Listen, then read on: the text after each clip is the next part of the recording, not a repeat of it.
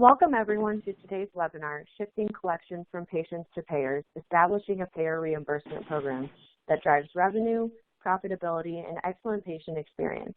I am Angie Stewart with Becker's ASC Review. We will begin today's webinar with a presentation, and we'll have time after the presentation for a question and answer session. You can submit any questions you have throughout the webinar by typing them into the Q&A box you see on your screen. We are looking forward to hearing your questions. Today's session is being recorded and will be available after the event. You can use the same link you used to log into today's webinar to access the recording. At this time, it is now my pleasure to start today's webinar by introducing our presenters. John Bardis serves as CollectRx's Chief Executive Officer. Mr. Bardis is a veteran in the field of healthcare and information technology. As president of Dr. First, Inc. and executive vice president of Prematics, Inc., Mr. Bardis has specialized in providing cost containment services to health insurers and various products and services to hospitals, health systems, and other healthcare providers. Previously, Mr. Bardis was an attorney at Kirkpatrick and Lockhart LLP, now K&L Gates, where his practice focused on litigation. Mr. Bardis' clients have included a wide range of for-profit and not-for-profit health insurers, including Blue Cross Blue Shield of Florida, Humana, Capital Blue Cross, Kaiser Permanente of the Mid-Atlantic region, CareFirst, and Blue Cross Blue Shield of Massachusetts.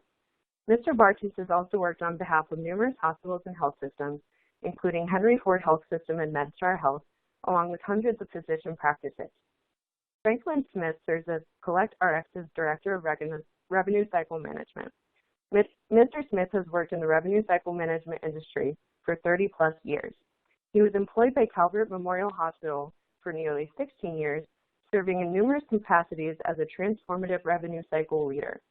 Previously, Mr. Smith consulted as a revenue cycle operational efficiency expert and fiscal improvement strategist for a variety of mid- and large-sized healthcare providers. He began his career in the healthcare industry by working in the claims management department for Blue Cross Blue Shield. Mr. Smith's experience with billing operations and the ability to provide strategic leadership and sales support regarding the client's revenue cycle increase continues to be an essential component of CollectRx's rapid growth in the RCM business. Mr. Smith holds a BS degree from Virginia State University and a certification as a Certified Revenue Cycle Executive from the American Association of Healthcare Administrative Management. At this time, I am pleased to turn the floor over to John and Franklin to begin today's presentation. Thank you, Angie. We appreciate the introduction. Again, I'm John Bardis, CEO of CollectRx, and I'm joined here today by Franklin Smith, who heads up our Revenue Cycle Management Group. And we're going to be talking today about collections. That is about shifting collections from patients to payers, establishing a payer reimbursement program that drives revenue, profitability, and excellent patient experience. We're excited to be here today to talk to you about the current state of collections, current and pending changes in legislation, and how you can optimize your collection strategy right now to ensure that you are able to continue to see those patients who want to see you and be fairly compensated for your services. So more specifically, I'm going to be speaking about current reimbursements and payer trends, the state of patient collections, best practices to maximize payer reimbursements for both in-network and out-of-network claims, and how implementing a payer reimbursement program that leverages technology and expertise can dramatically impact the financial side of your business. Now, before I dive into those topics, let me spend a minute or two just giving you a quick summary of our experience in payer reimbursement and in-network and out-of-network claims so you understand why we're in a position to address these issues. Despite our name, we have nothing to do with the pharmaceutical industry. Simply put, what we do here at CollectRx is we help providers get higher reimbursements on in- and out-of-network bills and maximize your collections. We do this not as consultants, but as experts in negotiating and appealing in order to achieve higher reimbursements on your bills and collections. CollectRx has been singularly focused on helping providers get higher reimbursements since 2006. We've helped more than 2,100 providers nationwide to optimize their reimbursements on in and out of network collections. We work with a variety of different provider types, including surgery centers, physician groups, hospitals, and labs. And we rely on two things to get the results we get. First, we rely on what we call CRIXIS, which stands for CollectRx Information System. This is a proprietary data and analytics tool that we've developed here internally that helps us as we go toe-to-toe with the payers. CRIXIS also helps us analyze insurance policies, provides comparable data, and allows us to track the trends and tendencies of the people on the insurance company side. The second key to our success is our expertise. What we've done is we've built a unique team of experts who used to work on behalf of the insurance industry and their vendors. This puts us in a unique situation that we're able to understand the soft spots in the payer's positions and get higher reimbursements on bills for our customers. So that's us in a nutshell. Let me go ahead and get started here. The first thing we're going to cover is trends in patient collection. So setting the stage here, let's look at the bigger issues around the costs of healthcare and the shift in the burden of payment. JP Morgan shows that out-of-pocket healthcare spending increased 8.5% between 2016 and 17, the fastest growth occurring over the latest 3 years. Here are a few other statistics that are useful when thinking about patient billing and relation to the payer reimbursement. Today's average deductible is nearly $2,000, and the average maximum out-of-pocket is nearly $4,500. 30% of the average healthcare bill comes directly from the patient's pocket. Among people with health insurance, 1 in 5 working-age Americans report having trouble paying medical bills in the past year that often causes serious financial challenges and changes in environment and lifestyle.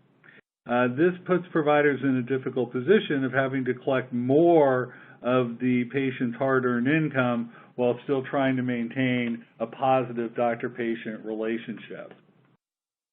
So what about surgery centers? According to our own Becker's ASC report, for the past several years, ASCs, frankly, like many or most healthcare providers, have witnessed firsthand a growing shift in the responsibility of the payment of services from payers to consumers. This has created multiple obstacles for the delivery of surgical services, including the ability for patients to cover their expenses in surgery centers to collect what is owed to them for performing their procedures. As we've discussed, there's been a substantial increase in patient responsibility, and at the same time, surgery expenses have surged. From 2012 to 2016, in that time period, outpatient surgery prices increased by 19%. Patients are increasingly focused on cost, and according to Instamed, 65% of consumers indicate that they would consider switching healthcare providers for a better payment experience.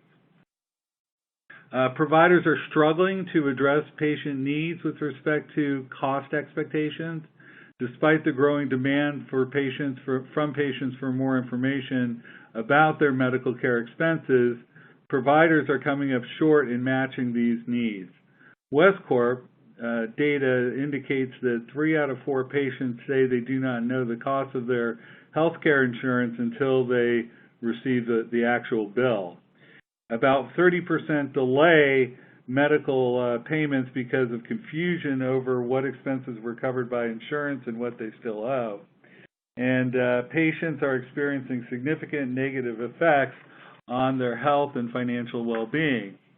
NORC at the University of Chicago states that 40% of people skip necessary medical tests or treatment due to cost, and 28% of patients had a medical bill that has been turned over to a collections agency. 37% of consumers have unpaid debt from medical bills, according to the Federal Reserve. All this leads us to issues with respect to payment and collections. According to a report from TransUnion, a significant percentage of bills are not getting paid. 63% of hospital bills were $500 or less, and of these, 68% were not paid in full. 10% of hospital bills were $500 to $1,000, and 85% of those were not paid in full. And 4% of hospital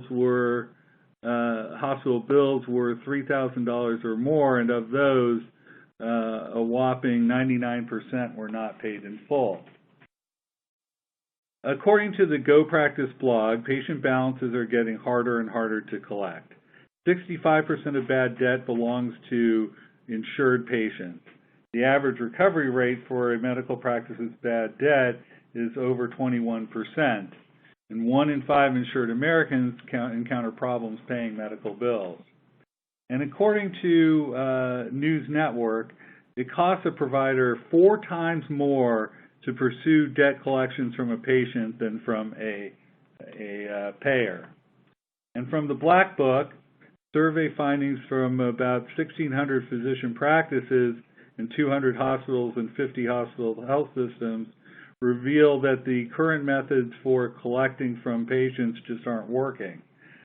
Profit margins continue to be impacted, and 80% of medical providers and 92% of hospitals plan to jettison time-intensive efforts to reconcile bills.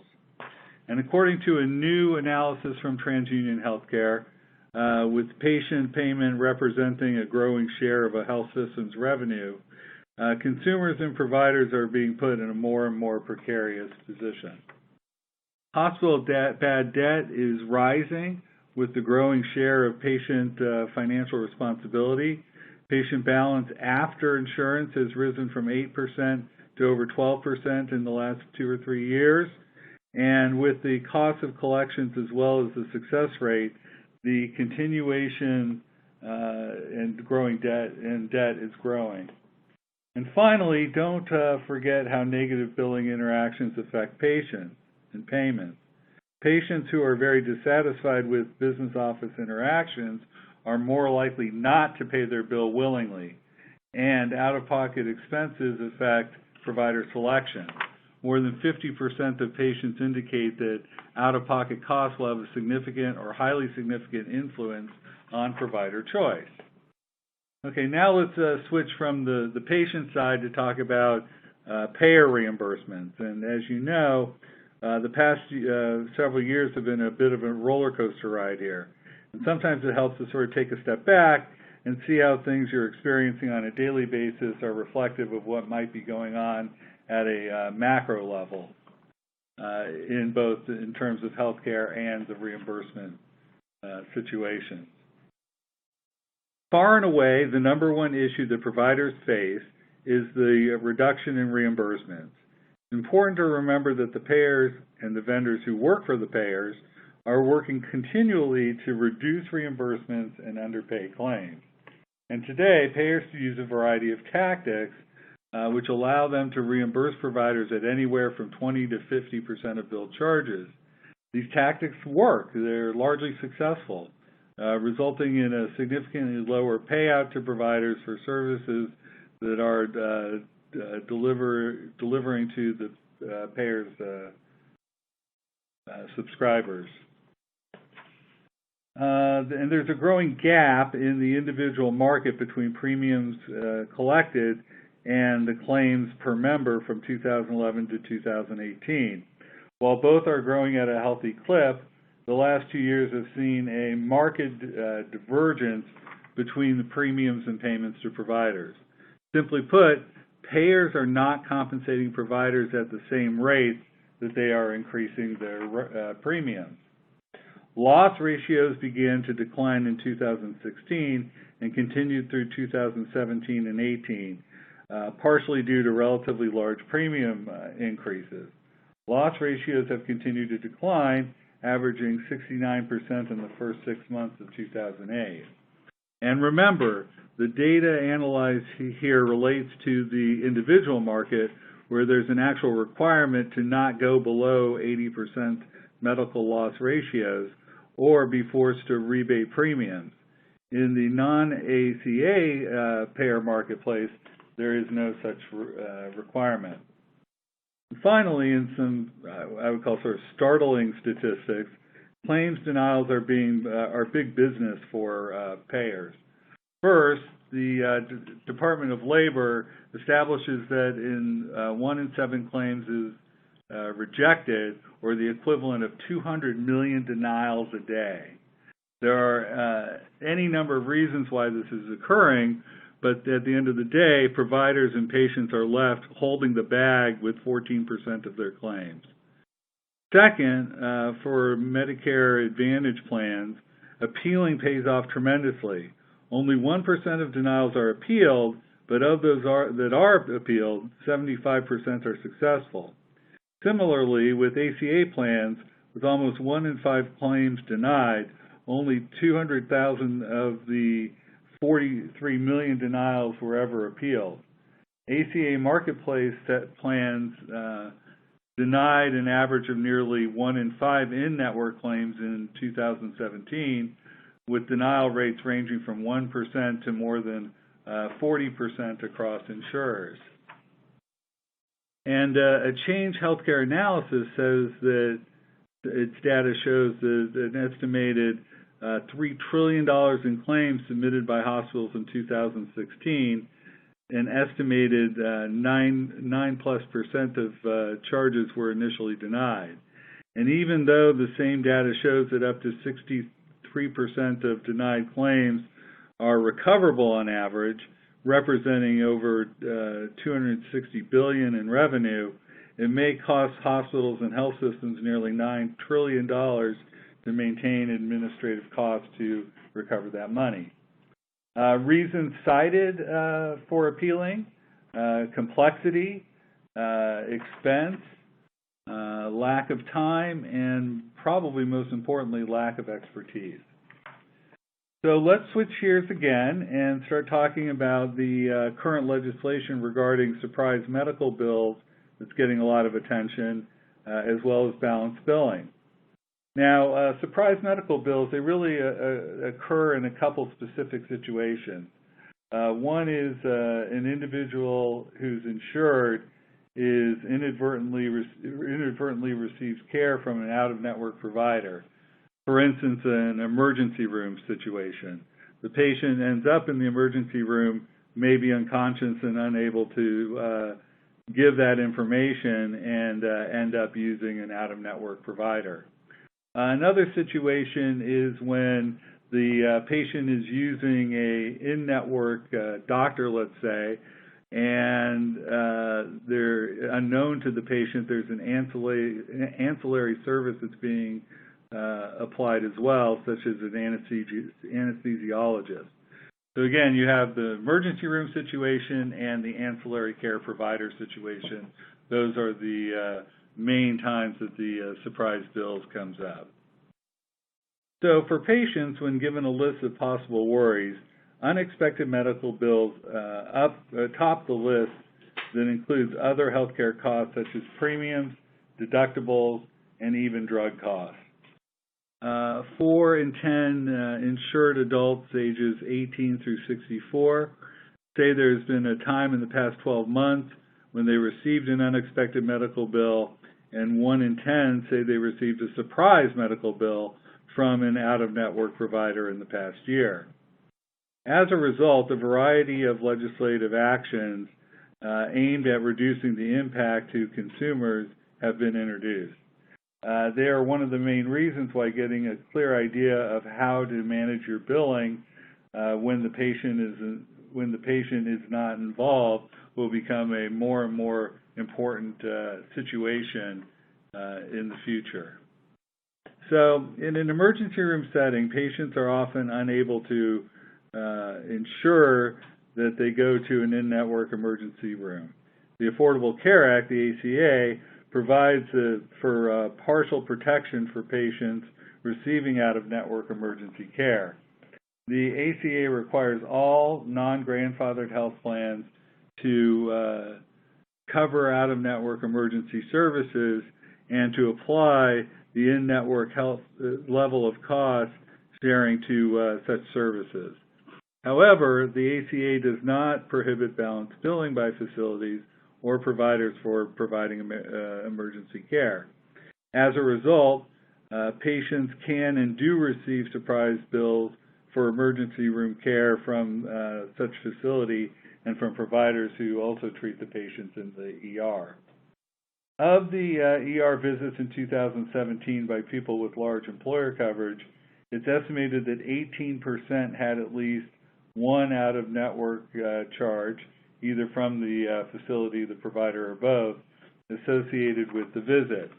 This includes out-of-network charges from the emergency facility, emergency room providers, and provider and facility charges associated with the resulting inpatient stay when applicable. An unexpected bill from an out-of-network provider can be stressful for folks. But as insurers continue to pursue narrowing networks in an attempt to reduce their costs and maintain their profit margins, more and more patients will seek emergency care and may receive a surprise bill. Currently, insurers believe that narrow or skinny networks are necessary to reduce costs. A number of states have, in fact, enacted laws to protect their consumers from surprise medical bills, though these state laws generally do not apply to people with large employer health insurance coverage where employers largely self-insure. There are up to 9 states that have enacted or implemented laws that take a comprehensive approach to surprise bills. There are 4 more states that have passed legislation, but they have not taken effect yet. And these comprehensive state laws share some common features.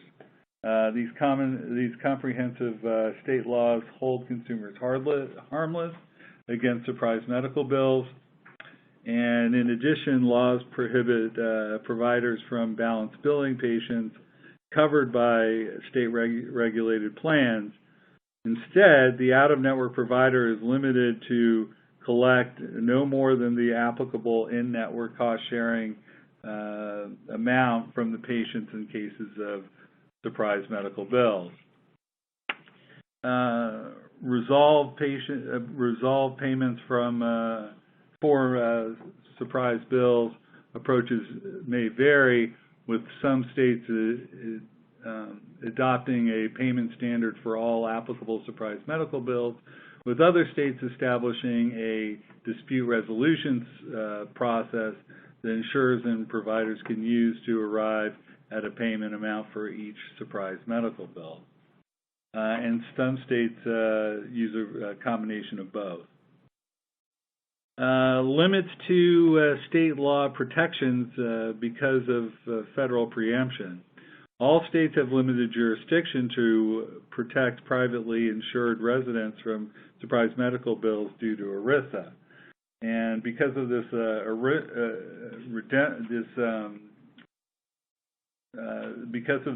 preemption by ERISA over the state laws, you have a situation where you need to have a federal law in order to get it actually passed. These bills, they have a lot in common. Lawmakers agree that patients must be protected during this settlement process for a surprise medical bill, and that they should only be liable for what their copayment would be in an all-in-network facility or with in-network providers. They also agree that any legislation should apply to any healthcare facility or payer type. The President has called on Congress to pass a bill with respect to surprise medical bills, and again, they're being worked on but have not been passed. So to summarize the current situation, all proposed legislation includes a prohibition on balance billing patients. Many of the state and federal proposed legislation include provisions for negotiation using usual and customary rates as the basis. Most legislation is specific to emergency and ancillary providers, as we discussed. Arbitration clauses include many of the proposed bills are considering as favorable to the providers. And while the benchmarking approach is favored by the payers, the indexing against usual and customary is much more aligned to the current approach and seems to be included in many of the state initiatives. So given all this, what's the best practice for you to ensure that your collections are most effective? You need to ensure that your payer collection strategy is in place and working well. And to help in that regard, let me turn it over to Franklin. Thanks, John, for a great overview of the current landscape. Given the trends in the market, we highly recommend to our clients focusing emphasis on collecting from payers rather than patients. And here are our top 10 best practices that can help you do that. The first best practice is to analyze every account to ensure you'll maximize your reimbursement. It may seem obvious, but with the complexity of the reimbursement environment as well as billing systems that we use, ensuring that you are touching every claim to verify that it has been paid at the correct, appropriate, and most importantly, highest rate is critical to maximizing your payer reimbursement. Analyzing every claim is extremely challenging when you're using your billing system alone or manual approaches. By implementing technology that acquires data from the payer websites, you can quickly and easily automate your workflows with real data in real time rather than relying on spreadsheets and manual data entry to ensure you receive the correct payments. Best practice number 3 relates to the use of data and technology to ensure that you look at every claim every time. When you use technology to help manage the payer reimbursement process, you are able to quickly identify and prioritize at-risk accounts before they become a problem. Then you can leverage workflow technologies assigned to each for follow-up, thus ensuring that nothing falls through the cracks or is missed due to some type of oversight or employee staff non-compliance. Claim denials, underpayments, and delays may be a part of life, and not even maybe, they are a part of life for healthcare revenue cycle managers, but a prevention-focused denials management strategy can significantly reduce the number of times billing staff are faced with unpaid claims. You can drill down into your data on unpaid claims to discover root causes and implement targeted fixes that can improve your revenue profile significantly. The Medical Group Management Association, also known as MGMA, found that approximately 65% of claim denials were never corrected and resubmitted to payers for reimbursement. You must put processes and automated technology tools in place to immediately identify your denials and resubmit them as quickly as possible to prevent any timely denials that may start to surface. Best practice number 6 focuses on actually appealing the claims. When the insurance company reprices an out-of-network bill down to what they, quote-unquote, consider to be reasonable and customary, which is typically close to the Medicare rate, you need to appeal that payment. From their perspective, the insurance company takes the position that they have met their obligation in paying the bill. But you need to appeal by leveraging data and expertise in working with payers to back up your stance that their payment was not reasonable.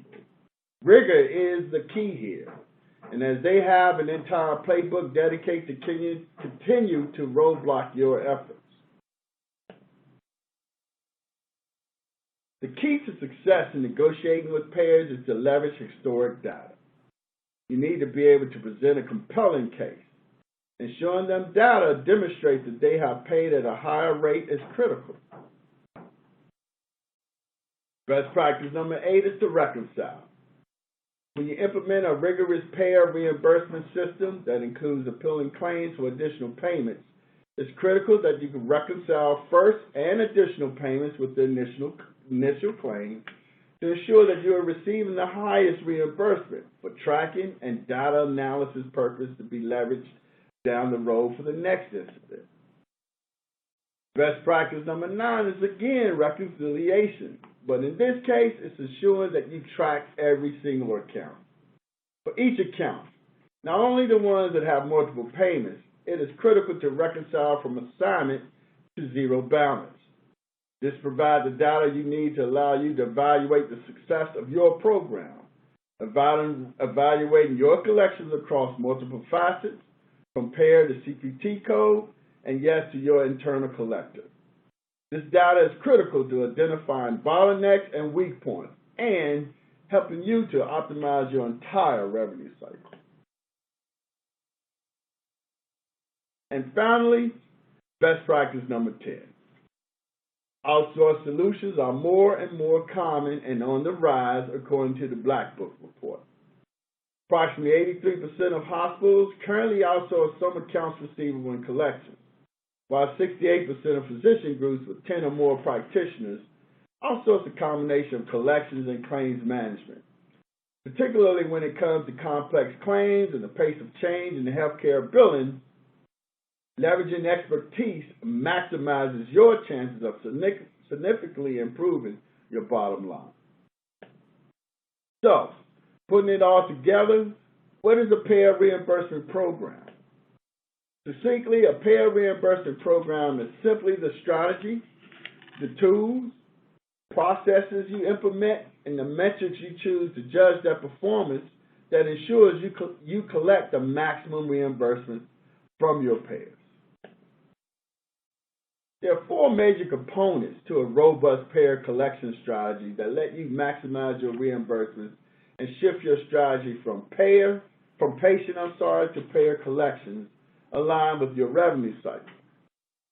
First is patient access. Maximizing revenue starts with the most effective patient access processes and understanding how to optimize both the front end of your business as well as your patient experience and the collection. The goals at this stage is to improve on your accuracy, reduce the nows downstream, improve your financials with CollectRx Revenue Cycle Management Integrated Patient Access Solutions. Those include patient registration, eligibility and verification, authorization, and out-of-network reimbursement calculation. Next phase is billing and coding. We need to maximize claims revenue, increase total reimbursements, and reduce the nows and underpayments by ensuring your claims are coded and submitted correctly. Medical coding is becoming more and more complex, and without the resources that can navigate as the industry changes, you run the risk of reduced payments across all your payers. Focus on increasing your expertise, your technology, data, and processes to enhance accuracy and efficiency, reduce your billing errors, and your unpaid claims. Some major areas to focus on include your coding and documentation review, charge entry and reconciling that you have all of those charges entered, and billing and claims processing. Collections also is a part of the solution. This is really where the heavy lifting with any payer reimbursement program lands. No matter your claim type, you need to be able to work across all payers to ensure that every claim is reviewed, the nows and underpayments appealed, and the first and additional payments reconciled to ensure that you are getting the payments you are entitled to. The goals at this stage are to increase cash collections, to automate your processes, reduce your AR days, and ensure that each claim is paid at the highest rate possible. The goal is to get all your claims paid correctly, completely, and finally on time.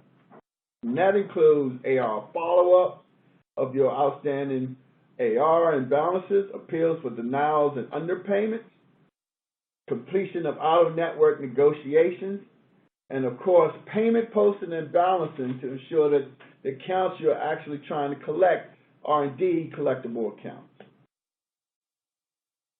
Last but not least, data reporting and analytics are critical to any operations. Ensure that your billing department is data-driven and is able to address the challenges of the most complex claims.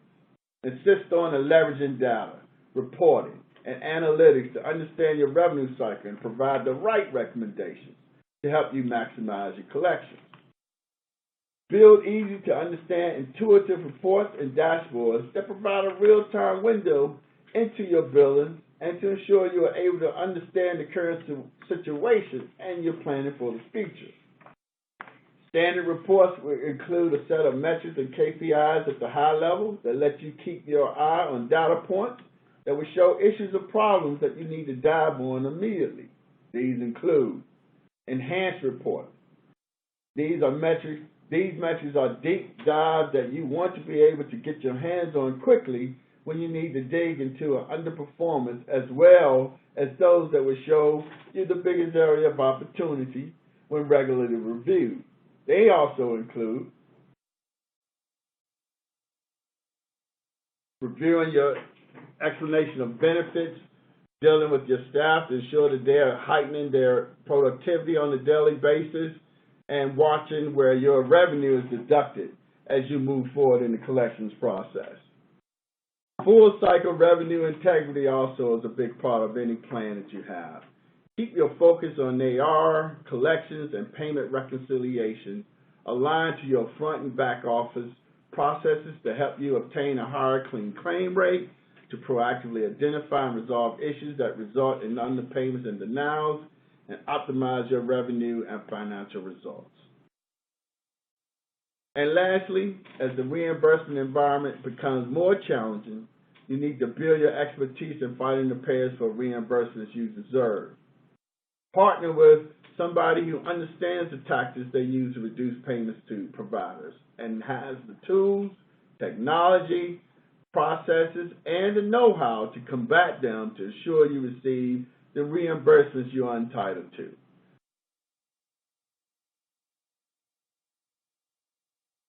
Thank you, Franklin. To summarize, a robust payer collections program has a number of tangible benefits to your organization and your clients. First and most important, a program that leverages best practices will increase reimbursements and combat the decline in rates and the ability to collect from patients, as we discussed earlier. Secondly, it will allow you to optimize every transaction and ensure that you are getting the payments that you're entitled to from payers. It will allow you to maximize cash to revenue, decrease collections costs, and reduce days outstanding. The data and analytics will allow you to improve processes upstream and help you manage your complex claims. And perhaps most importantly, it will improve patient experience as the payers become more accountable and meet their obligations. So in sum, I hope you leave today with a better idea of what's happening with respect to collections, both from the payer perspective as well as from the patient perspective. And hopefully you walk away with some helpful tips in how to put together a payer reimbursement program. Thank you for attending today. Can I turn it back over to you, Angie? Yeah, thank you, John and Franklin, for that fantastic presentation. We will now begin today's question and answer session. Please submit any questions you have by typing them into the Q&A box you see on your dashboard. We will try to get through as many questions as we have time for. We have received a ton of great questions, and the first one we have is, what part of the payer reimbursement program could I implement right now to get the biggest increase in my reimbursement? I'll take that one, John. The robust AR follow-up is the most critical component of the program. The same way of processing underpayments and denials just won't work anymore. So you have to make sure you are on top of every claim as it works its way through the process. Utilizing workflow technology pays for itself quickly and immediately when you leverage it to prioritize and fight for your reimbursements. So I recommend certainly some technology to support your efforts. That's really helpful. Thank you. We have another audience member who asks, will the surprise billing legislation change the way I bill for out-of-network? Oh, no, I have this one, Franklin. For most providers, the answer is no. Most of the legislation is very specific in the kinds of claims that are impacted.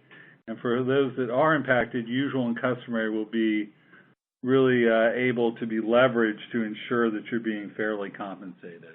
But yeah, I would say no.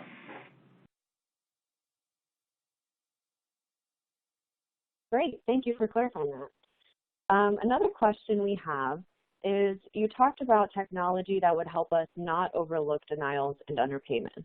What kind specifically can we use to increase our reimbursement rate? Well, the data analytics and the workflow technologies that you have in place are key. You need to have a tool that will help prioritize your claims as they are in process, ensuring the ones that you need to work are put at the top of your work queue.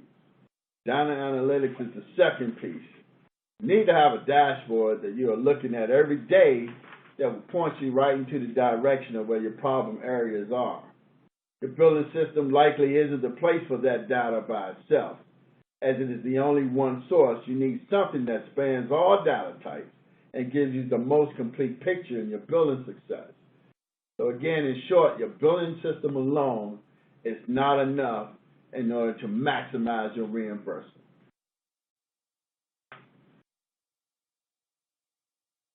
That's really helpful, thank you. John and Franklin, do you have any additional thoughts to add? Any final thoughts before we close the webinar out for today? I think the point to be made here is to maximize your collections, you definitely want to make sure that we're getting as much money as we possibly can from the payers, the insurance company. The chances are that trying to collect that same type of money from the patient would cause problems down the line with your revenue cycle, so having a robust, technology-driven collection cycle is very vital to any success of any revenue cycle management operation. And I would just add, in terms of expertise, I think that's really important. Whether you have the expertise, in-house with your team, or need to bring it in from, outsourcing, you need to make sure you make a good decision with respect to making sure that you have that expertise one way or the other. Awesome. Those are great insights. And that is all the time we have for today. I want to thank John and Franklin for their excellent presentation and CollectRx for sponsoring today's webinar. Enjoy the rest of your day, and we look forward to having you join us for future webinars.